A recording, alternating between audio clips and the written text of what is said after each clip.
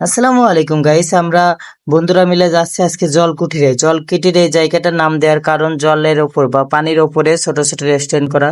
এ দেখেন আমার বন্ধু আপনাদের হাই দিচ্ছে। আমার এটা ফারুক ভাই, আমরা 5-6 জন বন্ধু মিলেই যাচ্ছি।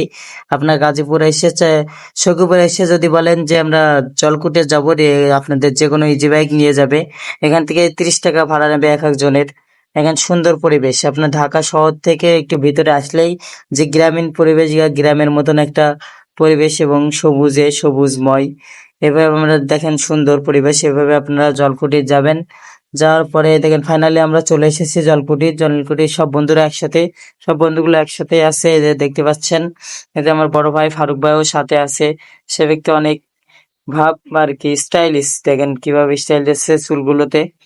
আমরা পৌঁছে গেছি এখানে, শুধু আমরা নয় আরো অনেকে ঘুরতে এসেছে। ছুটির দিনে সবাই ঘুরতে আসে এই জলকুটির, যে যার প্রিয় মানুষ নিয়ে ঘুরতে আসে। এই যে বন্ধুগুলো সব একসাথে এসেছে, দেখেন আশপাশ সবাই অনেকগুলো, এই যে সবাই ঘুরতে এসেছে এই জলকুটির সময় কাটানোর জন্য। এবং যে যার মতন দেখেন ছবি উঠাচ্ছে, ছবি উঠানোর জন্য ব্যস্ত। এক একজন এক এক রকম স্টাইলে ছবি উঠাচ্ছে। যে যার মনের খুশি মতন সুন্দর ভিউ, ছবি ওঠানোর জন্য একটা ভালো জায়গা। এই জায়গায় যে যার মতো ছবি উঠাচ্ছে, দেখেন ভিউটা আপনাদের দেখাচ্ছি, কত সুন্দর ভিউ এই জায়গাটায়। কত সুন্দর মনোরম পরিবেশে দেখেন আমার ভাই রিলস বানাচ্ছে।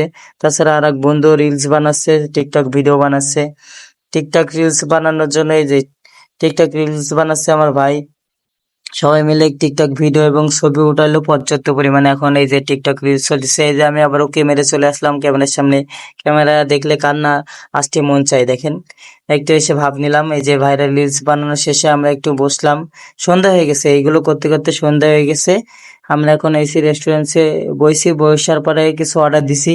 ওটা অর্ডার আসা পর্যন্ত আমরা অপেক্ষা করতেছি। তার ভিতরে আমার বড় ভাইয়ের কাছে কিছু প্রশ্ন করছিলাম, যে আপনি এখনো কেন বিয়ে করেননি এবং বিয়ে কেন করতেছেন না। সে ব্যক্তি দেখেন একটু বয়স হইলেও কি হবে, শাহরুখ খানের মতন চেহারা তার। শাহরুখ খানের যেরকম বয়স বোঝা যায় না, ভাইয়েরও বয়স বোঝা যায় না। ফাইনালি সে ব্যক্তি কবে যে বিয়ে করবে সেটা জানাচ্ছিল আমাদের, যে আমি খুব তাড়াতাড়ি বিয়ে করবে।